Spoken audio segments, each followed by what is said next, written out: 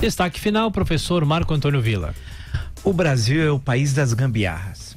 É inacreditável. E esse ano de 2019, infelizmente, com tantas tragédias, tem demonstrado isso. Nós precisamos agir. Isso não é um dado da natureza, né?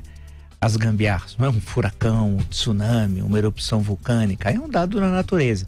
E você tem que se proteger, não. As gambiarras são produto de relações construídas pelos homens, por um Estado que não consegue dar conta das suas atribuições constitucionais, por uma estrutura de Estado corrupta, ineficaz e que fecha os olhos frente a problemas gravíssimos que vive o país. E por outro lado, uma parte da sociedade que não está nem aí com as leis.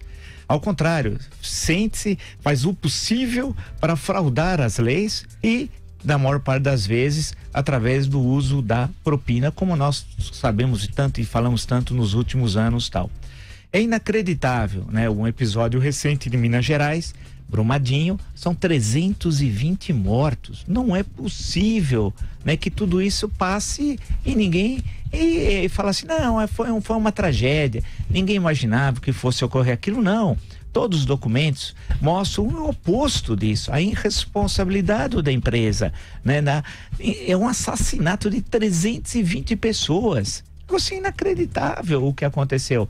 Boa parte delas funcionários da Vale, outros não, eram pessoas que vinham no entorno ou que tinham empreendimentos, como uma pousada. Foi bastante conhecido o episódio que envolvia pessoas aqui de São Paulo. Um negócio inacreditável, a destruição do meio ambiente durante décadas, as pessoas perderam todos os seus referenciais de vida. Lembrando que em 2015 teve o episódio de Mariana, envolvendo a mesma empresa, né? Com 19 mortes, nada foi feito, essa contabilidade macabra saltou para 320. E se nada for feito, se a sociedade abaixar a guarda, logo teremos 1000 e assim sucessivamente. Por quê? Porque o Brasil é o país das gambiarras. O que aconteceu no CT do Flamengo, Ninho do Urubu, idem, a mesma coisa, né? Sabia-se que aquilo não era para ser feito. Imagina que você não tem um disjuntor, porque se tivesse um disjuntor, havia uma sobrecarga no ar-condicionado, desligava. Não tinha isso. Não, é porque ia ser logo desativada aquela unidade. Isso não explica nada. Quer dizer, que o perigo ia continuar ocorrendo. E antes ocorreu também. E aí a justificativa era qual? Né? Imagina se abrigando em containers.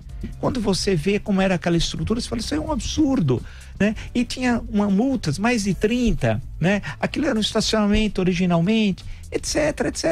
Nesse caso, um conluio, quase que um conluio entre o Flamengo, que é responsável pela morte dos 10 adolescentes, e as autoridades, especialmente a prefeitura da cidade do Rio de Janeiro. Tivemos o trágico episódio envolvendo o jornalista Ricardo Boechat. Ali também mostra-se isso. Até o momento, precisa ter as investigações, nesse caso, que está muito no calor da hora. Mas pelas primeiras informações, a empresa, que era só tinha um helicóptero, que era o piloto que acabou falecendo também no trágico acidente, ela não podia fazer táxi aéreo. Alguns dizem também a questão da idade do helicóptero, né? Outros lembraram, inclusive noticiamos a questão que empresas desse tipo cobram muito menos do que aquelas empresas devidamente regularizadas e aptas para esse tipo de transporte aéreo.